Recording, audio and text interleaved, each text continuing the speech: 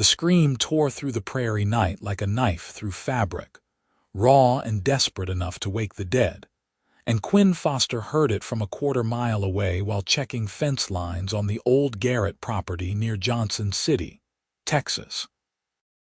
He spurred his horse toward the orange glow blooming against the April darkness of 1878, his heart hammering against his ribs as the smell of burning wood and canvas reached his nostrils.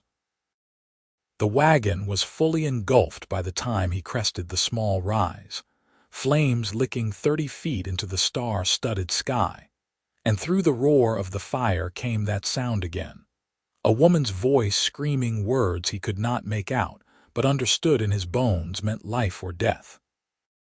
Quinn did not think. 26 years of living hard in Texas cattle country had taught him that thinking took time people did not always have. He drove his horse straight toward the inferno, feeling the animal resist beneath him, every instinct telling the creature to flee. The heat hit him like a physical force when he got within 20 yards, singeing the hair on his forearms, making his eyes water and his lungs constrict. Through the wavering curtain of flame and smoke, he saw her in the back of the wagon, a woman clutching something small to her chest, trapped behind a wall of fire that had consumed the entire front half of the vehicle. The wheels were starting to buckle, the whole structure groaning and listing as support beams burned through. He jumped from his horse and grabbed the canteen from his saddle, dousing his kerchief and tying it over his nose and mouth. The woman saw him then, her eyes wide and white rimmed with terror, her dark hair hanging loose around her face. She was young, maybe 22 or 23, and the bundle in her arms moved and wailed, a baby's cry cutting through the roar of destruction. Quinn circled the wagon, boots pounding the hard, packed earth, looking for any opening that was not pure flame. The back panel was still intact, latched from the outside, but fire was already crawling along the canvas cover toward it. He had seconds, maybe less. The metal latch burned his hand even through his leather glove, but he yanked it open and reached inside. The woman scrambled toward him, coughing violently, and he grabbed her around the waist with one arm while she clutched the baby with both of hers. The wagon shifted violently, tilting as the front axle gave way with a screaming crack of splitting wood. Quinn hauled them out bodily, all three of them tumbling onto the ground in a tangle of limbs and fabric as the entire structure collapsed inward with a thunderous crash, and a geyser of sparks that shot into the night sky like hellish fireworks. They rolled away from the heat, Quinn covering them with his body as burning debris rained down around them. The baby was screaming, high and piercing, which meant alive, which meant breathing. The woman was coughing so hard her whole body convulsed beneath him, but she never loosened her grip on the child. When the worst of the falling embers had settled, Quinn pushed himself up onto his hands and knees, looking down at the two people he had just pulled from certain death. The woman's face was streaked with soot, her dress torn and singed in a dozen places. She looked up at him with eyes the color of amber in firelight, tears cutting clean tracks through the grime on her cheeks. The baby, wrapped in a blanket that had somehow remained mostly intact, could not have been more than 6 months old, its face red and scrunched with crying but miraculously unburned. For a long moment, nobody spoke. The wagon burned itself out behind them, collapsing into a pile of blackened wood and twisted metal, everything the woman had owned in the world turning to ash while they watched. "You are alive," Quinn finally said, his voice rough from smoke and the rush of fear still coursing through his system. "Are you hurt? Either of you?" The woman shook her head, unable to speak yet, still coughing. She looked down at her baby, running her hands over the small body with desperate thoroughness, checking for injuries. The child's cries were already starting to taper off into whimpers. Quinn sat back on his heels, suddenly aware of how close they had all come to dying. Another 30 seconds and the wagon would have collapsed with them inside. Another minute and he would have arrived to find nothing but bodies. "My name is Quinn Foster," he said, keeping his voice steady and calm the way he would with a spooked horse. "You are safe now. I have water and a horse. Johnson City is only about 5 miles south. Can you ride?" She looked at him then, really looked at him, and something passed between them in that moment that Quinn would remember for the rest of his life. Recognition, maybe, though they had never met. Understanding. Gratitude so profound it needed no words. She nodded slowly, finding her voice at last. "Zelda," she managed, hoarse and raw. "Zelda Ramsey. This is my daughter, Mary, thank you. God above, thank you." Quinn helped her to her feet, keeping a steadying hand on her elbow as she swayed. She was taller than he had first thought, maybe 5.5 feet, and slender beneath the ruined dress. The baby had settled against her mother's shoulder, exhausted from crying, tiny fist clutched in Zelda's dark hair. Quinn retrieved his horse, which had backed away from the fire but not bolted, good creature that she was. He swung up into the saddle and then reached down to help Zelda up behind him. She hesitated, looking back at the burning wreckage. "Everything I had," she whispered. "Everything." "You have your daughter," Quinn said gently. "Everything else can be replaced." She took his hand and let him pull her up, settling sideways behind his saddle with Mary cradled against her chest. Quinn could feel her shaking, whether from shock or cold or fear he could not tell, probably all three. He shrugged out of his coat and draped it around her shoulders without a word, then turned his horse toward Johnson City. They rode in silence for the first mile. The night was cool and clear, the kind of perfect spring evening that made a man glad to be alive in Texas. The prairie stretched out in all directions, rolling and empty under a moon 3 days past full. Quinn kept the pace easy, mindful of his passengers, though every instinct urged him to push for speed. Zelda needed a doctor, or at least somewhere warm and safe. The baby needed food and care. And Quinn needed to understand what had happened out here. "Was anyone else with you?" he asked, keeping his tone casual. "Your husband." Zelda's arms tightened around Mary. "No husband, just us." "There was a man traveling with the wagon train who said he would see us safely to Johnson City, but he left us this morning. Said we were too slow, that his business would not wait. He gave me a map and directions. I thought I could manage the last day on my own." Quinn felt anger kindle in his chest. What kind of man abandoned a woman and baby alone on the prairie? "The fire," he said.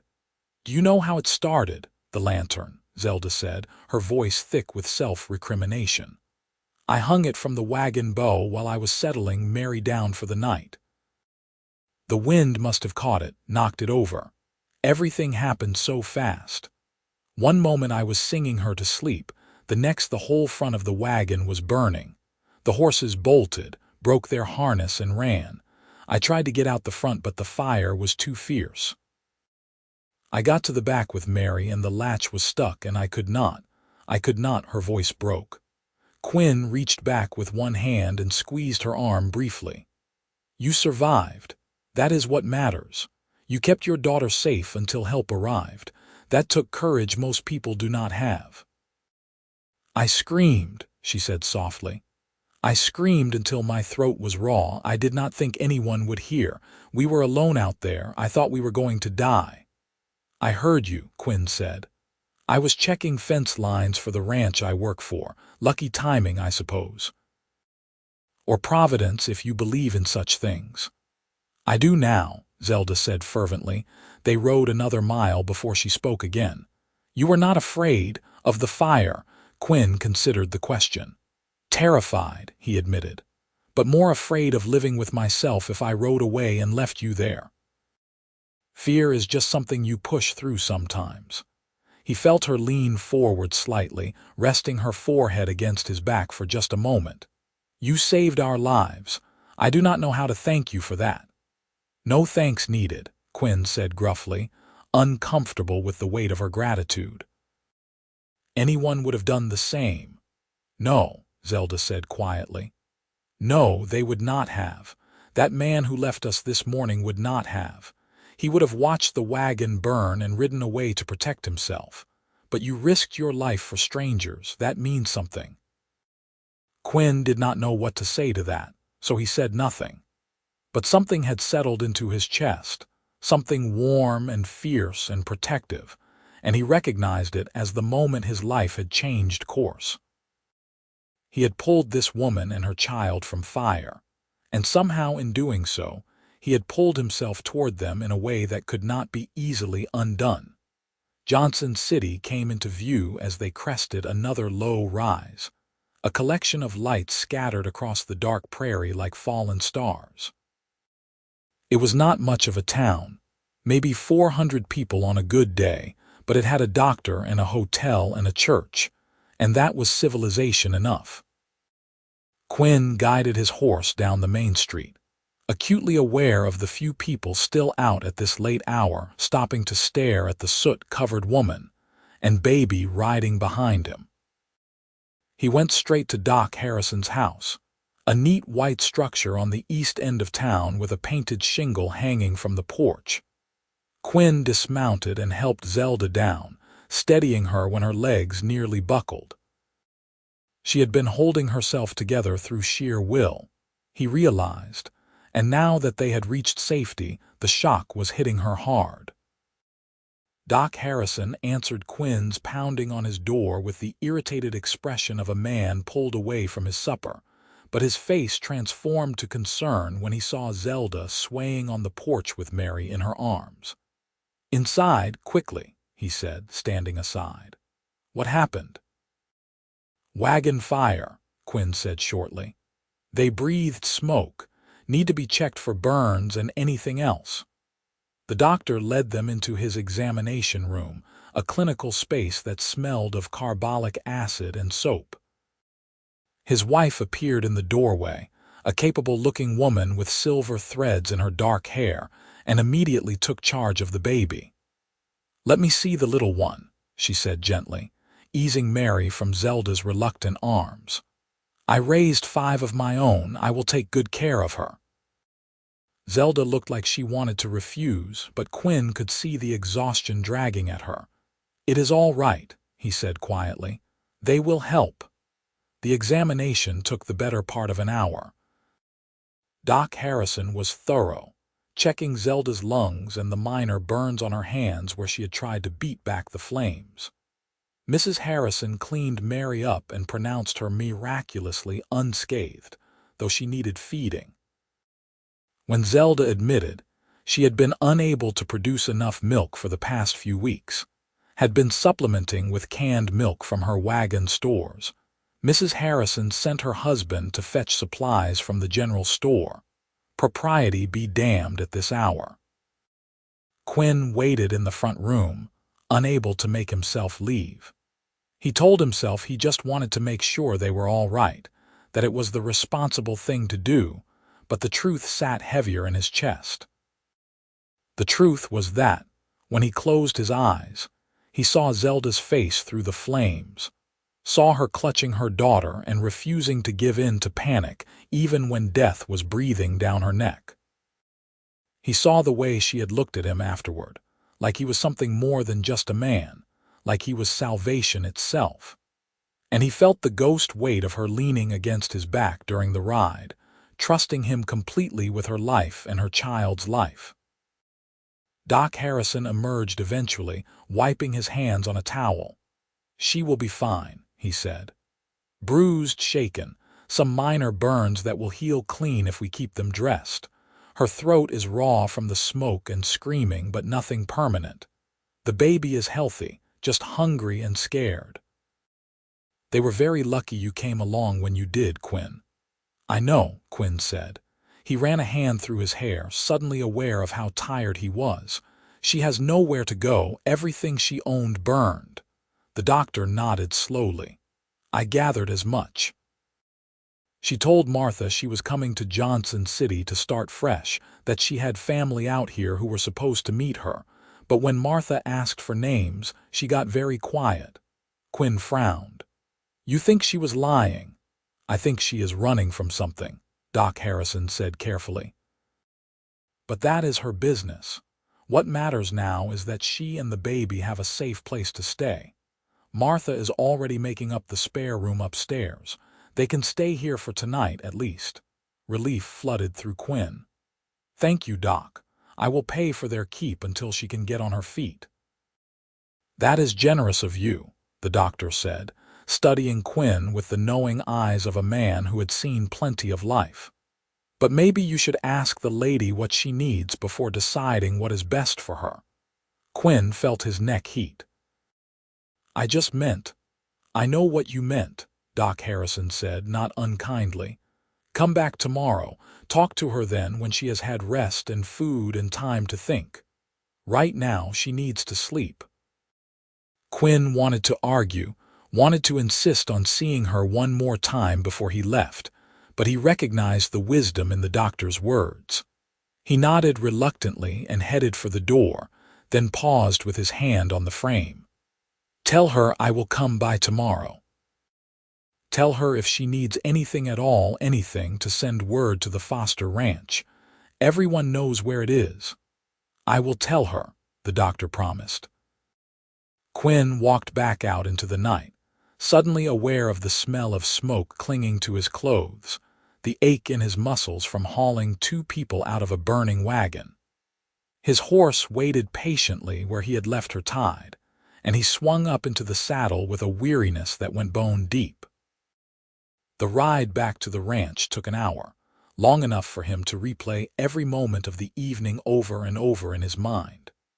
The Foster Ranch was one of the larger spreads in the area, 3,000 acres of decent grazing land that supported about 2,000 head of cattle.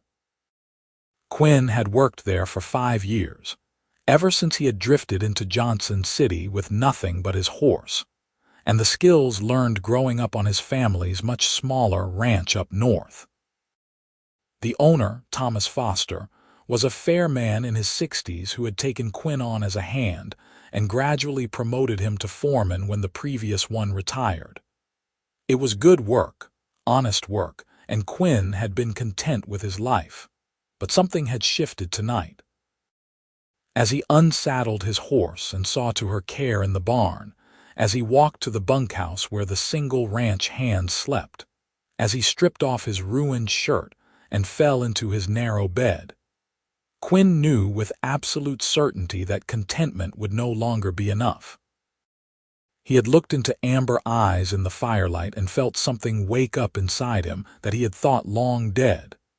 He had held a woman against him while she shook with shock and fear, and her trust had branded itself onto his bones. He had saved Zelda Ramsey's life tonight, but the strange truth was that he felt like she might have saved his too. Sleep came in fits and starts, interrupted by dreams of fire and the sound of a baby crying. When dawn broke gray and gold across the eastern prairie, Quinn was already up and dressed, pacing the small confines of the bunkhouse like a caged animal. The other ranch hands stumbled out for breakfast, and Quinn forced himself to sit through the meal, to drink coffee and eat the eggs and biscuits the cook had prepared, to pretend that this was a normal morning. "Heard you pulled some woman out of a burning wagon last night," said Carlos Martinez, one of the other hands, a man in his 30s with a family in town. "True." Word traveled fast in a small community. Quinn nodded. She and her baby, Wagon, caught fire out on the prairie. "They all right?" "Doc Harrison thinks so. They stayed at his place last night." Carlos whistled low. "Lucky you were out there. Much longer and they would have been dead for sure." "Lucky," Quinn agreed, though the word felt inadequate. He finished his breakfast quickly and found Thomas Foster in the ranch office, a small building separate from the main house where the older man handled the business side of running cattle. "Need the day off," Quinn said without preamble. "I will make up the hours later this week." Thomas looked up from his ledger, shrewd blue eyes taking in Quinn's rumpled appearance and the barely concealed urgency in his stance. "This about the woman you rescued?" "Yes, sir. I need to make sure she is all right, see if she needs help getting settled in town." Thomas leaned back in his chair, a smile playing at the corners of his mouth. "In 5 years you have asked for exactly 3 days off, Quinn. 2 for funerals and 1 when you broke your arm and I insisted. Take the day. Take 2 if you need them. Just be back for the cattle drive planning on Friday." Relief rushed through Quinn. "Thank you, sir. She must be something," Thomas said mildly. "This woman you pulled from the fire." Quinn paused in the doorway. "She is," he said honestly. "I do not know what yet, but she is something." He saddled a fresh horse and rode back to Johnson City, pushing harder than he had the night before. The sun climbed higher as he rode, burning off the morning mist, turning the prairie grass gold and green under the clear spring sky. Quinn tried to think of what he would say to Zelda, how he would offer help without sounding presumptuous or overbearing. He was not a man given to fancy words or smooth talking. He dealt in straight lines and honest work. Doc Harrison's house looked peaceful in the late morning light. Quinn tied his horse and knocked, suddenly nervous in a way he had not been since he was a green boy. Mrs. Harrison answered, her expression softening when she saw him. "Mr. Foster," she said warmly. "Miss Ramsay and little Mary are awake and had breakfast. Come in. I will tell her you are here." Quinn waited in the front room again, hat in his hands, aware of his rough appearance in this tidy home. He heard footsteps on the stairs and turned to see Zelda descending, and his breath caught in his chest. She had bathed and changed into a borrowed dress, her dark hair pulled back in a simple braid. Without the soot and terror, he could see her clearly for the first time. She was beautiful, not in the delicate way of painted ladies in saloons, but in a strong, real way that made his heart kick against his ribs. Her face was fine-boned and intelligent, her mouth generous, and those amber eyes looked at him with an expression he could not quite read. "Mr. Foster," she said, her voice still hoarse but stronger than last night. "Mrs. Harrison told me you came to check on us. That is very kind." "Quinn," he said. "Just Quinn, please. How are you feeling, and Mary?" "Better," Zelda said.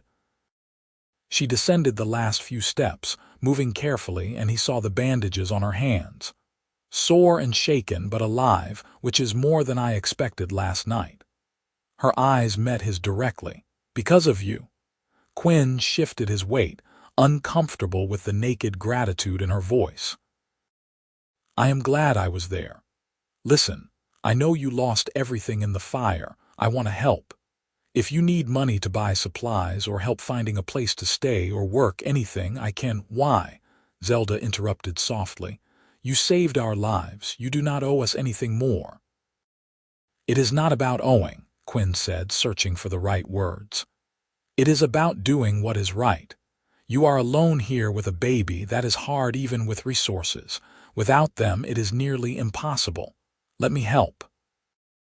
Zelda studied him for a long moment, and Quinn had the unsettling feeling that she was seeing straight through to the truth he barely wanted to admit to himself.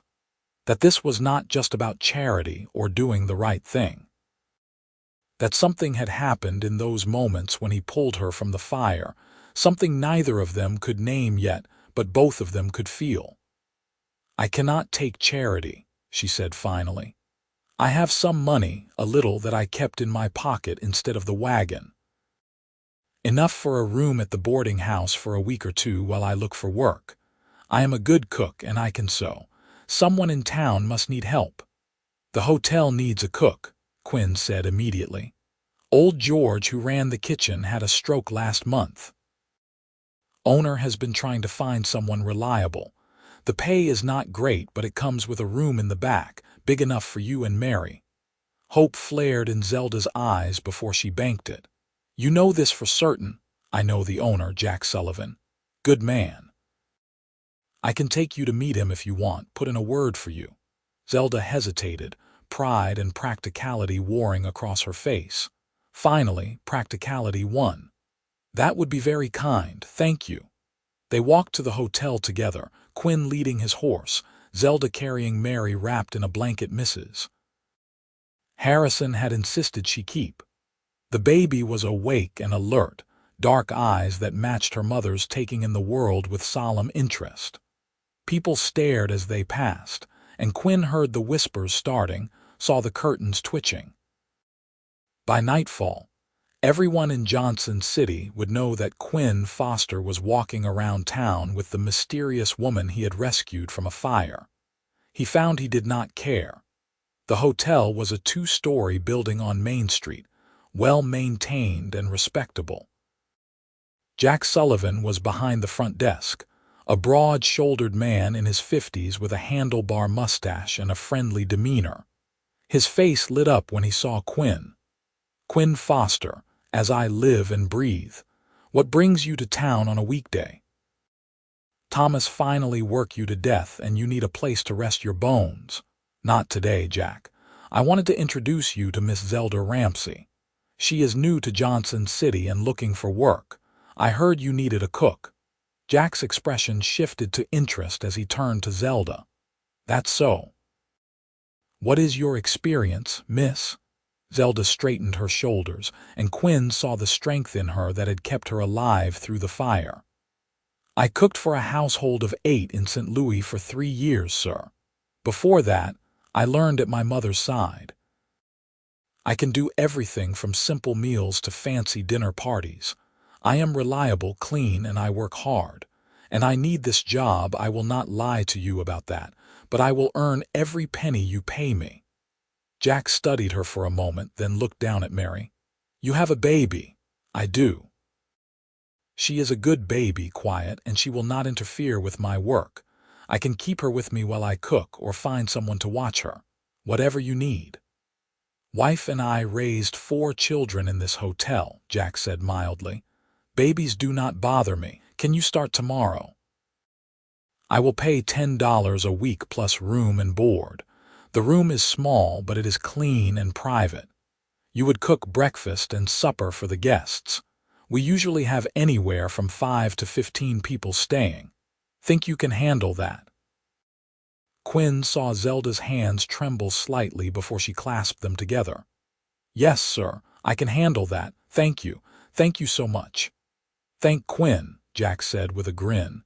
"He is the one vouching for you and his word carries weight around here.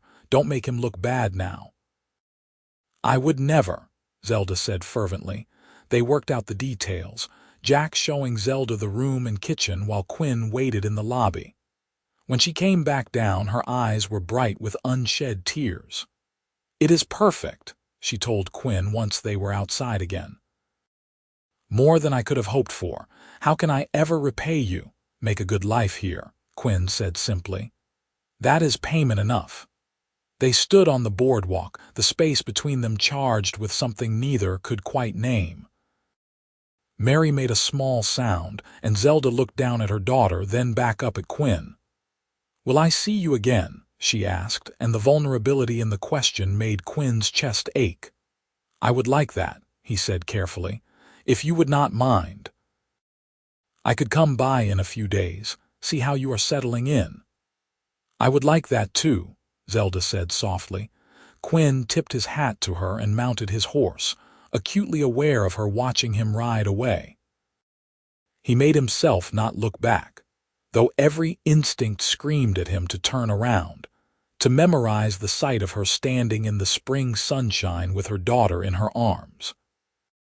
The next few days passed slowly for Quinn, marked by work that could not hold his attention and nights when sleep came hard.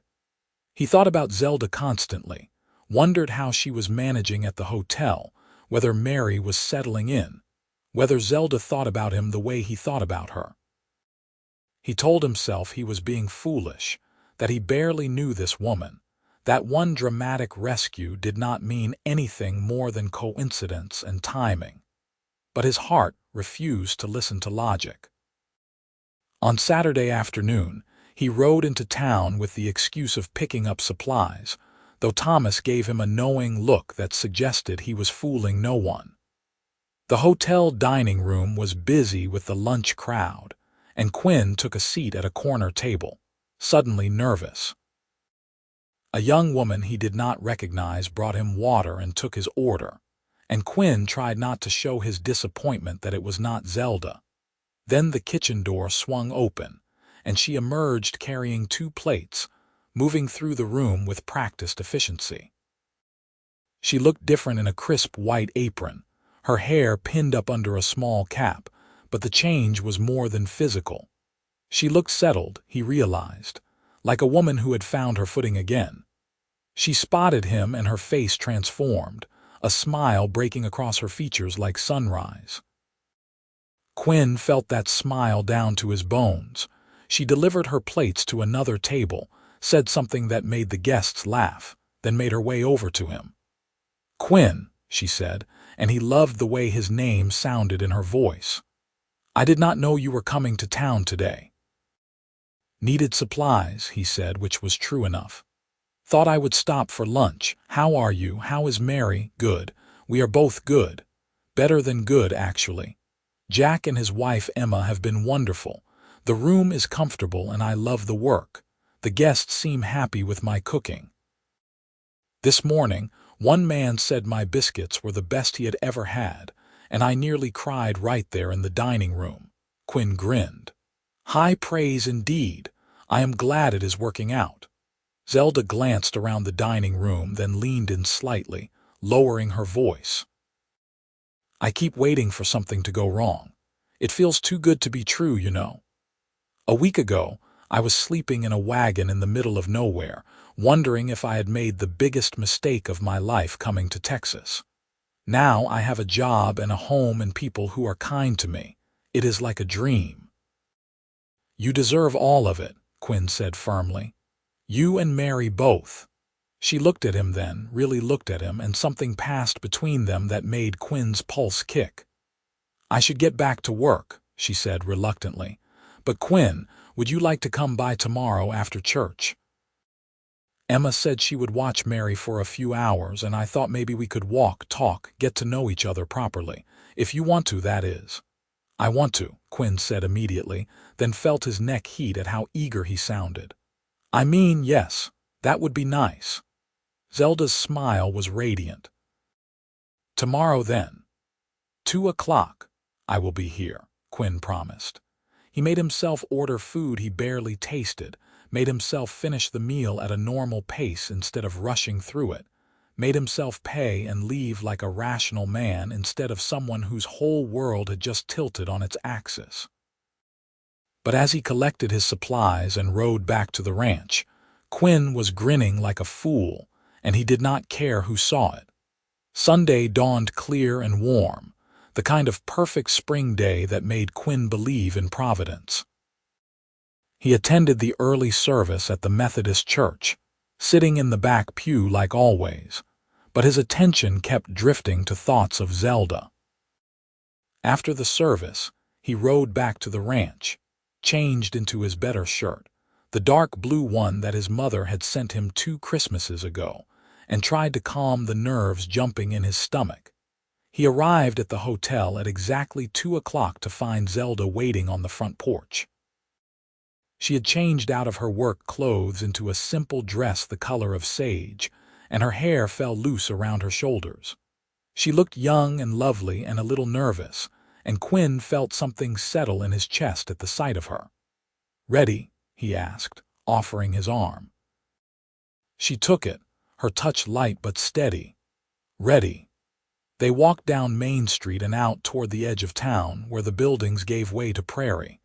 The afternoon was quiet, most people inside resting after church and Sunday dinner. Quinn could hear birdsong and the distant lowing of cattle and the soft swish of Zelda's skirt as they walked. "Tell me about yourself," Zelda said after a while. I know you work at the Foster Ranch and you risk your life for strangers, but not much else. Quinn smiled. Not much else to tell, really. I am 26, grew up on a small ranch in North Texas. My family is still there, parents and 2 younger sisters. I came down here 5 years ago looking for work and found it at Foster's place. Worked my way up to foreman. It is a good life, honest work with honest people. Do you miss your family? Sometimes, Quinn admitted. But we write letters and I go visit every year or so. They are happy, which is what matters. What about you? You said you were coming from St. Louis. Zelda's expression clouded slightly. Yes. I was a cook in a household there, like I told Jack. The family I worked for was good to me, but when I got pregnant, everything changed. The father of the baby, he was, well, he was not free to marry me, let us put it that way. When his wife found out, she dismissed me immediately. No references, no money beyond what I had saved. I had nowhere to go and no way to support myself and a baby in the city. Quinn felt anger kindle in his chest on her behalf. He should have taken responsibility. Men like him do not take responsibility, Zelda said with a bitterness that spoke of hard lessons learned. They take what they want and leave women to deal with the consequences. I thought about staying, trying to find other work, but everywhere I went, people saw the baby and assumed the worst about me. Fair or not, a woman alone with a child and no husband is judged harshly. So I decided to come west, start fresh somewhere people did not know my story. That took courage, Quinn said. Zelda shook her head. It took desperation. Courage would have been staying and facing the judgment. I ran away. You protected your daughter, Quinn corrected. You gave her a chance at a better life. That is not running away, that is being a good mother. Zelda looked up at him, eyes shining. You are very kind, Quinn Foster, kinder than most men I have known. Or maybe you have just known the wrong men, Quinn said. They walked in comfortable silence for a while, following a path that led to a small creek lined with cottonwood trees. The water ran clear and shallow over smooth stones, and Zelda exclaimed in delight at the sight. They sat on the bank, close enough that their shoulders almost touched, watching the water flow. Can I ask you something? Zelda said after a while. Why did you really come back to check on me? And do not say it was just about being neighborly, because I saw your face that first night. You looked at me like, I don't know, like you saw something. Quinn took a breath, choosing his words carefully. I did see something. I saw a woman who refused to give up even when death was all around her. I saw someone fighting for her child with everything she had. And when I pulled you out of that wagon, when you looked at me, I felt something I have not felt in a long time. Maybe ever. Like the world had shifted and I needed to pay attention. I felt it too, Zelda admitted softly. Like you were meant to be there at that moment. Like fate or God or whatever force moves the universe had put you in that exact place at that exact time. I do not believe in coincidence anymore, Quinn. I believe you were sent to save us. Quinn reached over and took her hand, threading his fingers through hers. The bandages were gone, leaving only faint pink marks where the burns had been. Then I am grateful to whatever sent me, he said, because meeting you feels like the most important thing I have ever done. Zelda squeezed his hand, her amber eyes locked on his. I am scared, she said honestly. Scared of feeling this much this fast, scared of trusting again after what happened with Mary's father, scared that this is just gratitude and not something real. I am scared too, Quinn admitted. But I do not think this is just gratitude, Zelda. I think this is something rare and worth holding on to. And I think if we are both scared together, maybe that means it matters. She leaned her head against his shoulder, and Quinn wrapped his arm around her, holding her close while the creek burbled its endless song and the cottonwood leaves rustled overhead. They sat like that for a long time, not speaking, just being together in the golden afternoon light. And Quinn thought that this, right here, might be the beginning of everything he had been looking for without knowing he was searching. Over the next weeks, Quinn found reasons to come to town more often than strictly necessary. He told himself he was checking on Zelda and Mary, making sure they were settling in properly, but the truth was simpler and more profound. He was falling in love, helplessly and completely, with a woman he barely knew but felt like he had known forever. They fell into a pattern. Quinn would come to town on Sunday afternoons, and they would walk together, sometimes along the creek, sometimes out onto the prairie, sometimes just around the quiet streets of Johnson City. They talked about everything and nothing, sharing stories and dreams and fears. Zelda told him about her childhood in Missouri, about her mother teaching her to cook, about the books she loved to read when she had rare moments to herself. Quinn told her about ranch life, about the satisfaction of good honest work, about the way the prairie looked at sunrise when the grass was covered in dew. Mary grew in those weeks, becoming more alert and responsive. Quinn was amazed by how much a baby could change in such a short time. She started smiling, great gummy grins that lit up her whole face, and Quinn found himself completely charmed. He bought her a small wooden rattle from the general store, feeling foolish and pleased all at once when Zelda's face softened at the gesture. "You are good with her," Zelda said one Sunday afternoon in late May. They were sitting under a cottonwood tree, Mary on a blanket between them, waving her rattle with uncoordinated enthusiasm. "She likes you." "I like her," Quinn said, reaching out to let Mary grab his finger with her tiny hand. "She is a good baby. You are raising her well." "I hope so," Zelda said quietly. "I worry sometimes that I am not enough for her, that she deserves more than a mother who is working all the time and has no husband to help provide for her." Quinn looked up sharply. "Zelda Ramsey, you listen to me. You are more than enough. You are everything. Mary is lucky to have you as her mother. Do not ever doubt that." Zelda's eyes filled with tears. "How did I get so lucky to have you walk into my life?" "I think I am the lucky one," Quinn said softly. He leaned forward slowly, giving her time to pull away if she wanted. But Zelda did not pull away.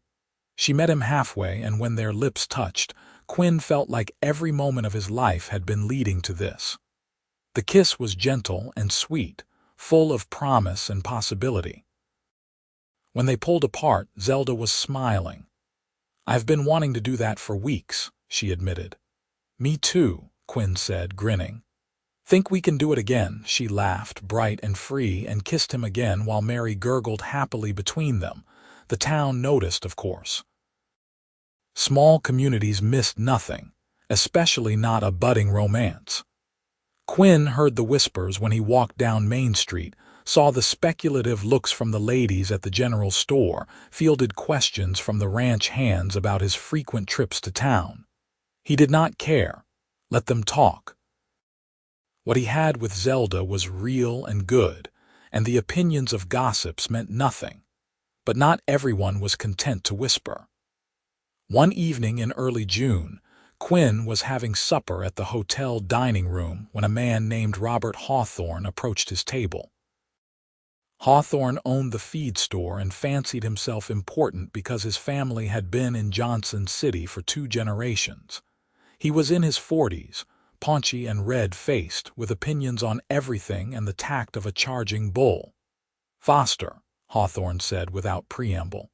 "Got a minute?" Quinn set down his fork with deliberate care. "Mr. Hawthorne, what can I do for you?" "It is about this woman you have been courting, the one with the bastard child." Quinn was on his feet before he consciously decided to move, his chair scraping back loudly in the suddenly quiet dining room. "Careful how you speak about Miss Ramsey," he said, his voice low and dangerous. "Very careful." Hawthorne had the sense to take a step back. "I am just saying what everyone is thinking. Nobody knows where she came from or what her story is. She shows up alone with a baby and no husband, and now you are sniffing around her like a dog in heat. Makes a man wonder what kind of woman she really is. The kind of woman who works hard and takes care of her child and minds her own business, Quinn said, acutely aware of the entire dining room listening. Which is more than I can say for some people. Now, if you will excuse me, I have lost my appetite. He threw money on the table and walked out, rage and protectiveness warring in his chest. He found Zelda in the kitchen, her back to him as she stirred something on the stove. She must have heard the commotion because her shoulders were tense, her movements stiff. "Zelda," Quinn said softly. She turned and he saw tears on her cheeks. "You heard what he said. Everyone heard what he said." "I heard a small-minded fool trying to make himself feel important," Quinn said firmly. He crossed to her, gently taking the spoon from her hand and setting it aside. "Zelda, look at me, please." She raised her eyes to his, and the hurt there made Quinn want to find Hawthorne and teach him better manners with his fists. But violence would not help Zelda, so he channeled his anger into something more productive.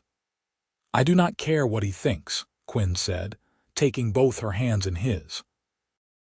"I do not care what anyone in this town thinks. I care about you. I care about Mary. And I am tired of pretending that what I feel for you is anything less than love." Zelda's breath caught. "Quinn, I love you," he said, the words coming easier than he expected. "I know it is fast. I know we have only known each other for 2 months, but I have never been more sure of anything in my life. I love you, Zelda. I love how strong you are, how hard you work, how much you love your daughter. I love talking with you and walking with you and kissing you under the cottonwood trees. And I want more than Sunday afternoons. I want every day. I want to marry you and help you raise Mary and build a life together. If you will have me." Zelda was crying in earnest now, but she was also smiling. "I love you too," she whispered. "I have been so afraid to say it, afraid that I was just grateful or confused, but Quinn, I know the difference. This is love. You are love. And yes, yes, I will marry you." Quinn pulled her into his arms, holding her close while she cried into his shirt. He heard footsteps and looked up to see Jack Sullivan in the doorway, his expression carefully neutral. "Everything all right in here?" Jack asked. "Better than all right," Quinn said, not letting go of Zelda. "Miss Ramsey just agreed to become my wife." Jack's face broke into a wide grin. "Well then, congratulations are in order. Emma will be thrilled. She has been hoping for this since the day you two met." He paused, then added, "And do not worry about Hawthorne. I just had a word with him about his behavior in my establishment. He will not be bothering you folks again." "Thank you, Jack," Zelda said, pulling away from Quinn enough to wipe her eyes, "for everything. For giving me a chance when I had nothing." "You earned your place here," Jack said firmly. "Now I will leave you two to make your plans. Take the rest of the evening off, Zelda. Young James can finish up in the kitchen." After he left, Quinn cupped Zelda's face in his hands and kissed her properly, pouring everything he felt into it. When they finally pulled apart, both of them were breathless. "When?" Zelda asked. "When should we get married?" "As soon as possible," Quinn said.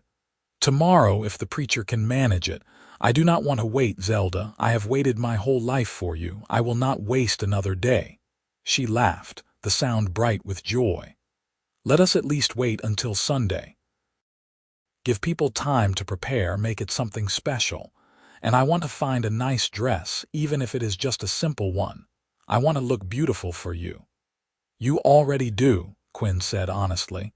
"But if you want a week, we will wait a week. I can be patient for 6 more days."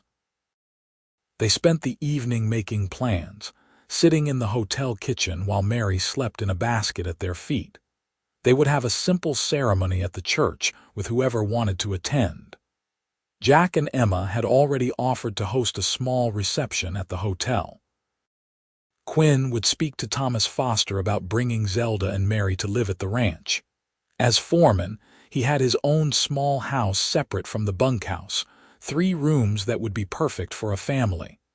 A family, Zelda repeated wonderingly. I never thought I would have that. After what happened with Mary's father, I thought I was destined to be alone. You will never be alone again, Quinn promised. I am going to spend the rest of my life making sure you know how loved you are. The week passed in a blur of activity. Zelda found a dress at the general store, pale yellow cotton with lace at the collar, and Emma Harrison helped her alter it to fit. Quinn cleaned his little house from top to bottom, suddenly seeing it through new eyes and finding it wanting. The other ranch hands helped him build new furniture, a proper bed and a cradle for Mary and shelves for Zelda's things. Thomas Foster gave them his blessing and a generous wedding gift, enough money to make improvements to the house and buy what they needed to set up their home properly. Sunday arrived bright and clear, the first day of summer, and Quinn stood at the front of the Methodist church watching Zelda walk down the aisle toward him. She looked radiant in her yellow dress, her dark hair pinned up with wildflowers, Mary in her arms in a white christening gown that Emma had kept from her own children. The whole town had turned out, even Hawthorne, though he had the grace to look ashamed when Zelda passed his pew. The ceremony was simple and heartfelt. When the preacher asked if Quinn would take Zelda to be his wife, he said, "I do," with such conviction that several people in the congregation laughed. When Zelda made her vows, her voice was clear and strong, no hesitation, no doubt. And when the preacher pronounced them husband and wife, Quinn kissed Zelda like she was air and he was drowning, to the cheers and applause of everyone gathered. The reception at the hotel was a joyful affair, with food and music and dancing. Quinn held Zelda in his arms while a fiddle player sought out a waltz, and they moved together like they had been partners for years instead of hours. Mary was passed around by various well-meaning women who cooed over her, and the baby seemed to bask in the attention, smiling at everyone. As the sun began to set, Quinn and Zelda slipped away from the party, walking hand in hand toward the wagon Quinn had borrowed to take them to the ranch. Several of the hands had decorated it with ribbons and flowers, and someone had even painted, "Just married," on a sign attached to the back. Zelda laughed with delight at the sight. The ride to the ranch took an hour, the evening turning soft and purple around them. Mary fell asleep almost immediately, exhausted from the excitement. Quinn drove with one hand, the other wrapped around Zelda where she sat pressed against his side. Neither of them spoke much, content to simply be together, newly married and heading toward their first night as husband and wife. The little house looked welcoming in the twilight, lamplight already glowing in the windows where someone had thoughtfully lit them. Quinn helped Zelda down from the wagon and then swept her into his arms, making her laugh as he carried her over the threshold. He set her down gently in the main room, which served as kitchen and sitting area, and watched her face as she took in her new home. "Quinn, it is wonderful," she said, turning in a slow circle. "The furniture, the curtains, did you do all this?" "Had help," he admitted. "The hands were more excited about the wedding than I expected. They wanted you to feel welcome." Zelda crossed to the cradle that sat in the corner of the bedroom, lowering Mary into it carefully. The baby stirred but did not wake, settling into sleep with the easy trust of infancy. When Zelda turned back to Quinn, her eyes were luminous. "Come here, husband," she said softly. Quinn went to her, pulling her close, kissing her with all the pent-up longing of weeks of restraint. They made their way to the bedroom, to the new bed with its clean sheets and hand-sewn quilt, and there in the quiet darkness, they truly became husband and wife.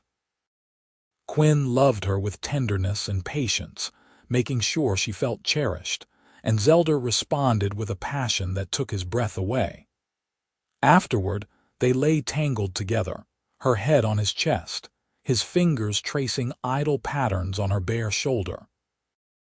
"I never thought I could be this happy," Zelda murmured. "2 months ago, I was alone and terrified, convinced I had made a terrible mistake. Now I am married to the best man I have ever known, with a home and a future. It feels like a miracle." "You are my miracle," Quinn said, kissing the top of her head. "You and Mary both. I did not know my life was missing anything until I met you. Now I cannot imagine existing without you." They fell asleep wrapped in each other's arms, Mary breathing softly in her cradle nearby, and Quinn thought that this was what home felt like. Not a place, but the people you loved gathered close. The weeks turned into months, and Quinn and Zelda settled into married life with surprising ease. She took to ranch living like she had been born to it, tending a garden behind the house, learning to ride so she could accompany Quinn when he checked the far pastures, cooking meals that had the ranch hands finding excuses to visit. Mary thrived in the open air and sunshine, growing chubby and happy, her dark hair curling at the ends, her amber eyes bright with curiosity. Quinn discovered that he loved being a husband and father. He loved coming home at the end of a long day to find Zelda waiting with supper and a smile. He loved the way Mary reached for him when he walked in the door, babbling nonsense that seemed important. He loved the nights when they sat on the porch after Mary was asleep, Zelda in his arms, watching the stars emerge over the prairie. But life on a ranch was never entirely easy, and challenges came as they always did. In August, a drought settled over Texas, turning the grass brown and drying up the smaller creeks. The cattle grew lean and irritable, and tensions ran high among the hands. Quinn worked from dawn until well past dark, managing water resources and trying to keep the herd healthy. He came home exhausted, barely able to eat before falling into bed, and he hated that he had so little energy for Zelda and Mary. "You are doing what you need to do," Zelda said one evening when he apologized for the 10th time that week. "The ranch depends on you, and I understand that. We will be fine, Quinn. We have each other. That is what matters." Her patience and understanding made him love her even more. She never complained about the long hours or the worry etched into his face, just supported him however she could. When the rains finally came in September, breaking the drought in a series of spectacular thunderstorms, Quinn swept Zelda into his arms and danced her around the kitchen while Mary clapped from her high chair, delighted by the spectacle. In October, Zelda told him she was pregnant again. They were sitting on the porch at sunset, Mary playing at their feet with a rag doll one of the ranch wives had made her. Zelda took Quinn's hand and placed it on her still flat stomach, and the words took a moment to register. "Pregnant," Quinn repeated, his voice cracking slightly. "You are sure?" "Very sure," Zelda said, smiling at his stunned expression. "The baby should come in late spring, maybe May or early June. Are you happy?" "Happy." Quinn pulled her onto his lap, careful of Mary nearby. "Zelda, I am beyond happy. I do not even have words. Another baby, our baby." She laughed, her hands framing his face. "Our baby," she agreed. "Mary will be a big sister. Can you imagine?" Quinn looked down at Mary, who was now 15 months old and toddling around with increasing confidence. The idea of her as a big sister of another child in their house filled him with a joy so profound it was almost painful. "We are going to need a bigger house," he said, already making plans. "Another bedroom at least, and more furniture. I should start on it soon, before winter sets in." "Quinn Foster, ever practical," Zelda teased, but her eyes were warm. "I love that about you. I love that you plan and prepare and take care of us." "I love you," Quinn said simply. "You and Mary and this new baby we have not even met yet. You are my whole world, Zelda, my whole world. Winter came gently that year, cool but not bitter, with occasional dustings of snow that turned the prairie into a wonderland. Quinn worked on expanding the house in every spare moment, enlisting help from the other hands. They added a second bedroom and a small room off the kitchen that could serve as storage or additional living space. By the time February arrived, the expansion was complete, and Zelda had sewn curtains and arranged furniture until the whole house felt cozy and inviting. Mary celebrated her second birthday in March with a small party attended by the ranch families and some friends from town. She was a bright, happy child, her personality a perfect blend of her mother's warmth and Quinn's steady nature. She adored her stepfather, calling him Papa with such conviction that most people in Johnson City assumed Quinn was her biological father. Quinn never corrected them. As far as he was concerned, Mary was his daughter in every way that mattered. Zelda grew round with pregnancy, blooming in a way that made Quinn catch his breath every time he looked at her. She continued to help around the ranch as much as her condition allowed, tending the garden and the chickens they had acquired, sewing clothes for the new baby. In the evenings, Quinn would rest his hand on her belly and feel the baby kick, marveling at the miracle of new life. The baby came on a warm evening in late May 1879, just over a year after they had married. Quinn rode hard to fetch Doc Harrison, then paced the kitchen while Emma Harrison and one of the ranch wives attended to Zelda in the bedroom. The sounds coming from behind that closed door terrified him, Zelda's cries of pain making him want to break down the door and fix everything, even though he knew this was something he could not control or manage. When the baby's first wail finally pierced the night, Quinn nearly collapsed with relief. Emma emerged a few minutes later, smiling broadly. "You have a son, Quinn. A healthy, loud son, and Zelda did beautifully. Come meet your boy." Quinn entered the bedroom on shaking legs to find Zelda propped up against pillows, exhausted but radiant, a small bundle in her arms. She looked up at him with tears streaming down her face. "Quinn, come see him. Come see our son." He crossed to the bed and looked down at the tiny face barely visible in the blankets. The baby was red and wrinkled and absolutely perfect, with dark hair like his mother's and a determined set to his small features. Quinn reached out with one finger to touch the impossibly soft cheek, and something shifted in his chest, a fierce protective love that made everything he felt for Mary and Zelda seem like just the beginning. "What should we name him?" Zelda asked softly. They had discussed names during the pregnancy but never settled on anything definite. Looking at his son now, Quinn knew exactly what felt right. "Thomas," he said. "After Mr. Foster, if you agree. He gave me a chance when I needed one, gave us his blessing and his support.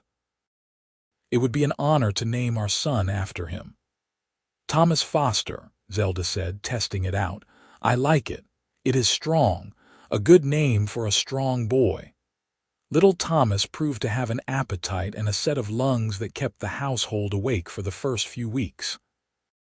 Mary was fascinated by her new brother, wanting to help with everything, though her version of helping usually involved trying to give him her favorite toys. Quinn had never been so tired in his life, working full days at the ranch and then coming home to help with the baby at night, but he had also never been happier.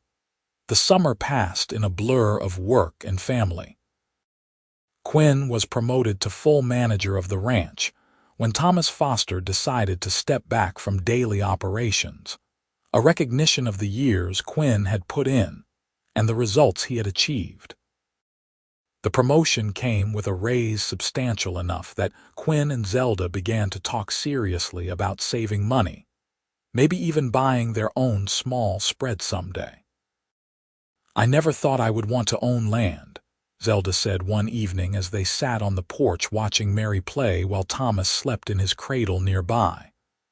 But the idea of a place that is truly ours, that we build from the ground up, it appeals to me. Is that crazy? Not crazy at all, Quinn said, pulling her close. I have been thinking the same thing. We could start small, maybe 100 acres, build it up over time. It would be hard work. Hard work does not scare me, Zelda said firmly. Look at everything we have already survived, everything we have built together.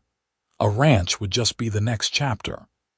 They began saving in earnest, putting away every extra penny.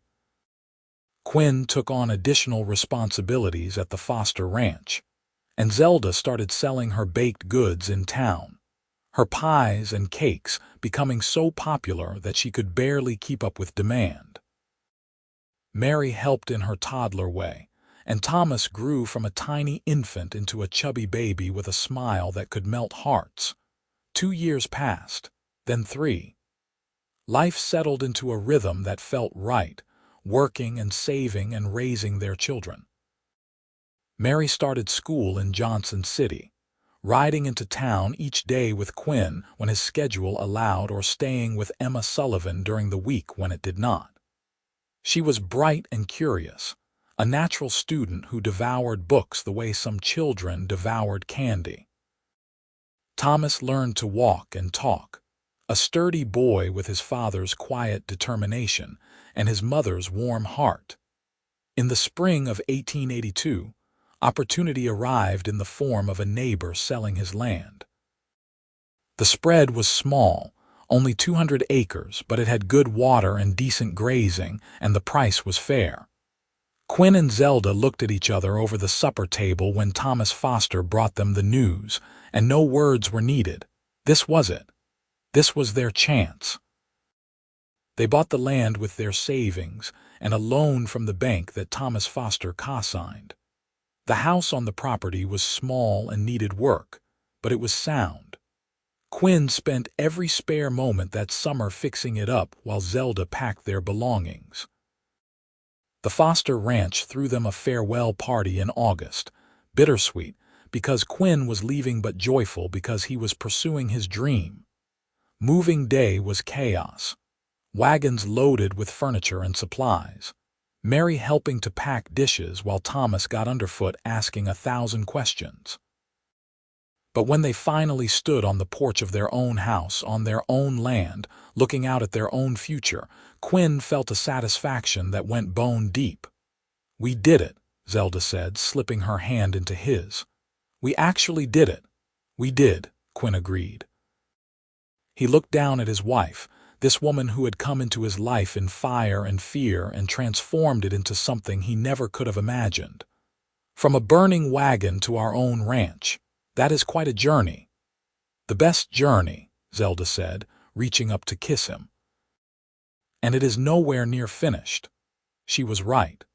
The years that followed were full of challenges and triumphs, setbacks and successes. They built the ranch slowly and carefully, adding cattle and horses, improving the land, making a name for themselves in the community. Quinn's reputation for fair dealing and hard work brought them respect and opportunities. Zelda's kindness and strength made her beloved by everyone who knew her. Mary grew into a beautiful young woman, intelligent and compassionate, with her mother's amber eyes and a gift for healing that led her to train as a nurse.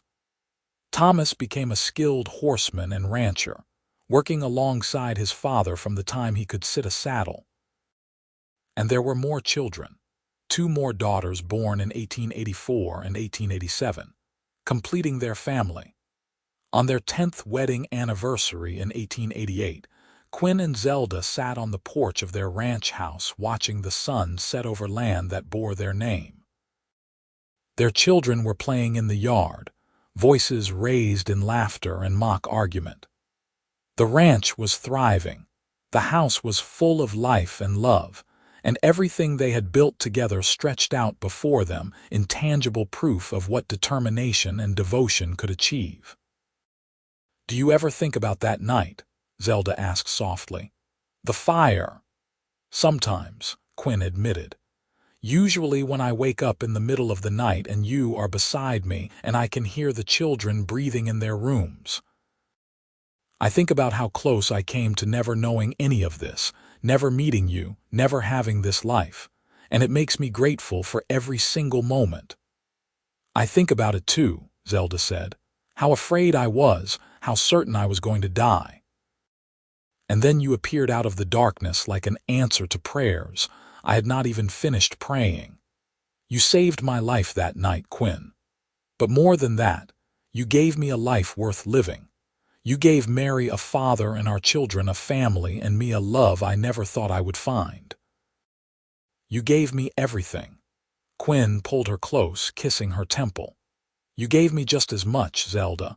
You gave me purpose and family and a reason to be a better man. Everything good in my life started the night I pulled you from that wagon. You are my everything. They sat together as the stars emerged, one by one, over the Texas prairie. The same stars that had shone on a terrified woman clutching her baby in a burning wagon. The same stars that had guided a cowboy to her rescue. The same stars that now looked down on a family built from ashes and hope, and a love that had transformed two lonely people into something whole and lasting and true. Mary came running up the porch steps, 10 years old now and full of energy, Thomas close behind her, 7, and determined not to be left out. The younger girls toddled after them, barely steady on their feet but already demanding to be included in everything their older siblings did. Zelda gathered them all close, and Quinn wrapped his arms around his entire family, holding them together in the gathering darkness. Papa, Mary said, looking up at him with those amber eyes so like her mother's. Tell us the story about how you and Mama met, please. Quinn looked at Zelda, saw the soft smile on her face, the memories of fire and fear and salvation reflected in her eyes. He had told this story 100 times, and he would tell it 100 more, because it was the story of how their life together began. All right, he said, settling back in his chair. It was an April night in 1878, and I was checking fence lines when I heard a scream that changed my life forever. The children leaned in, listening raptly even though they knew every word, and Zelda's hand found Quinn's, their fingers intertwining the way they had 1,000 times before.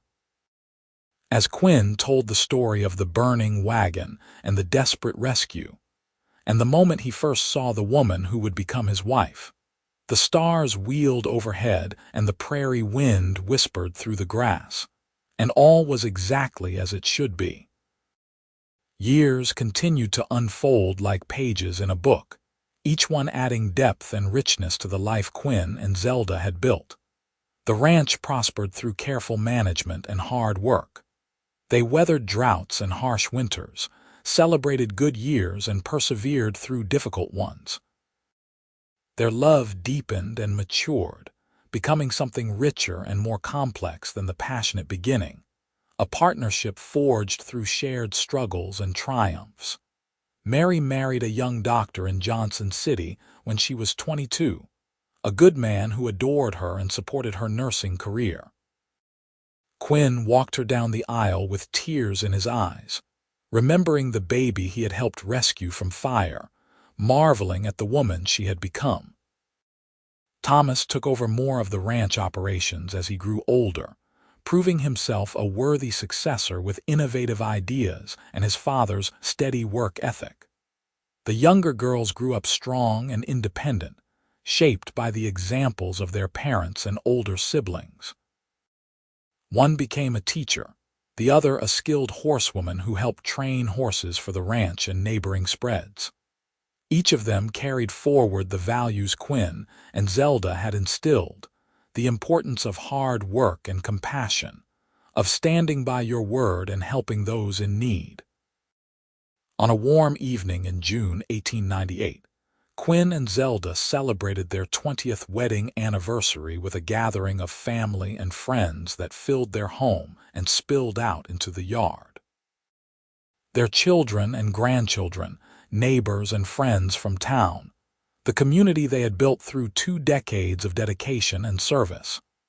There were toasts and laughter, dancing and music, stories told and memories shared.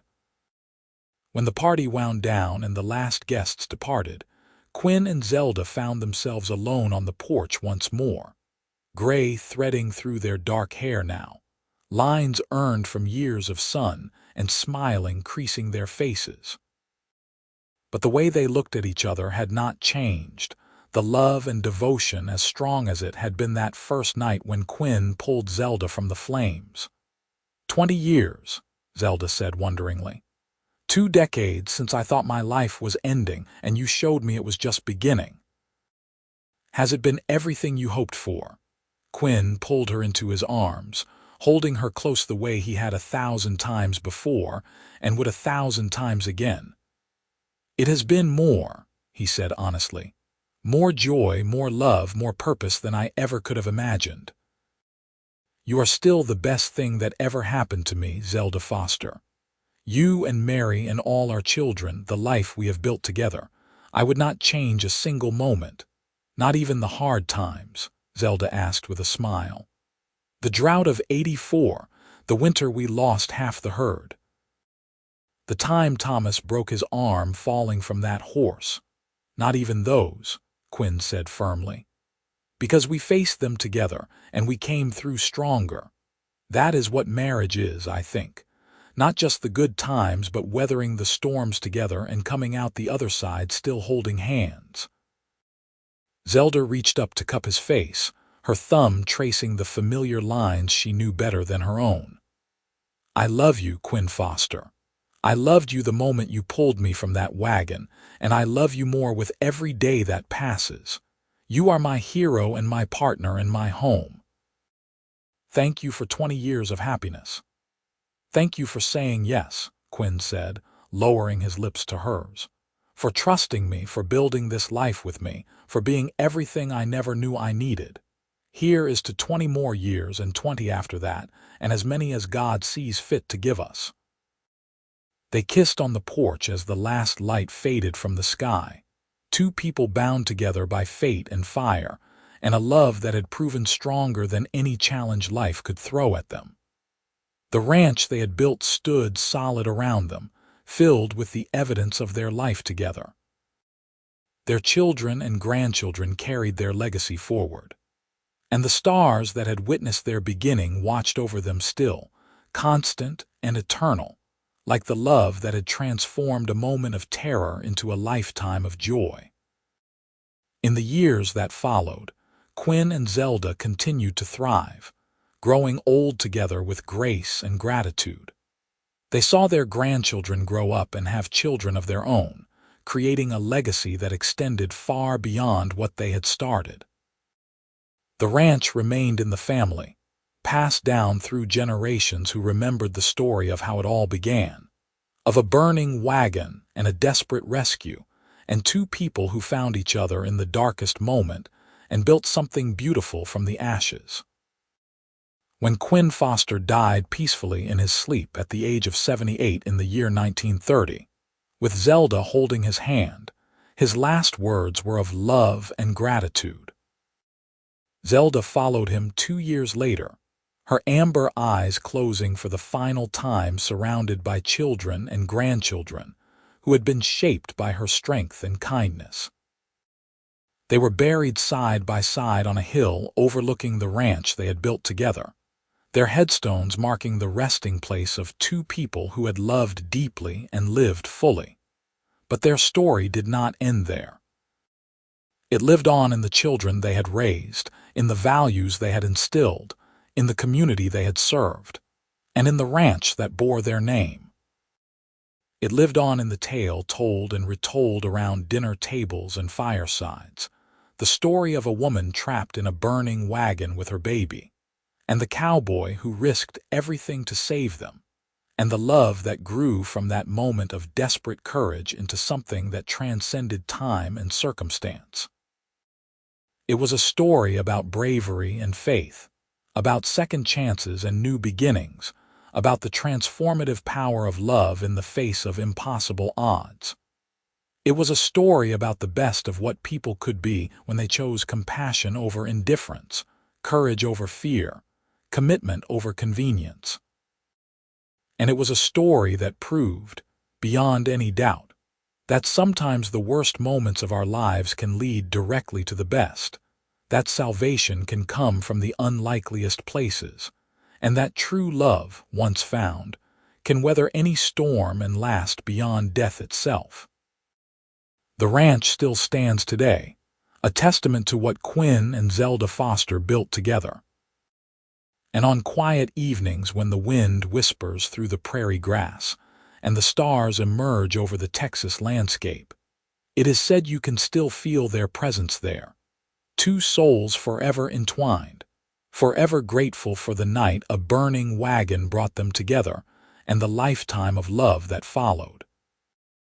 Their story is complete, a circle closed, a promise fulfilled. From fire to family, from fear to forever, from a moment of desperate salvation to decades of devoted partnership. It is a story of the American West at its finest, of hardship overcome and dreams realized, of ordinary people doing extraordinary things. But most of all, it is a love story, pure and simple, the kind that reminds us why love matters, why it is worth fighting for, why it endures. And so the tale ends where it began, with a woman and her baby and the man who saved them, their lives forever changed by one night of courage and all the days of love that followed. It is a story told and retold, generation after generation, a reminder that heroes exist not in legend but in the everyday choices we make, the hands we extend, the lives we touch. Quinn and Zelda Foster lived their love story fully, completely, holding nothing back, and in doing so, they gave the world an example of what marriage and partnership and devotion could be at their very best. The end came peacefully for both of them, as it should for people who had lived so well and loved so deeply. And if there is any justice in the universe, they found each other again beyond the veil, reunited in whatever comes after, together for all eternity as they were meant to be. Their love story, which began in fire and ended in peace, remains a beacon for all who hear it, proof that love can conquer fear, that courage can change everything, and that sometimes the best things in life come from the most unexpected places. This is their story, told complete, from beginning to end, from the burning wagon to the peaceful twilight years, from desperate salvation to enduring legacy. It is a story of the Wild West, of Texas in its frontier days, of cowboys and pioneers and people carving lives from harsh land through determination and grit. But more than anything, it is a story about love, the kind that lasts, the kind that matters, the kind that makes everything else worthwhile. Quinn Foster and Zelda Ramsey Foster lived, loved, and left behind a legacy that continues to inspire. Their story, once begun on that fateful April night in 1878, unfolded across decades into something beautiful and lasting. And now, told in full, it stands as a testament to the power of love, the importance of courage, and the extraordinary lives that can grow from a single moment of desperate bravery. Their journey is complete, their love story told, their legacy secured forever in the hearts of all who knew them and all who would come to know their tale.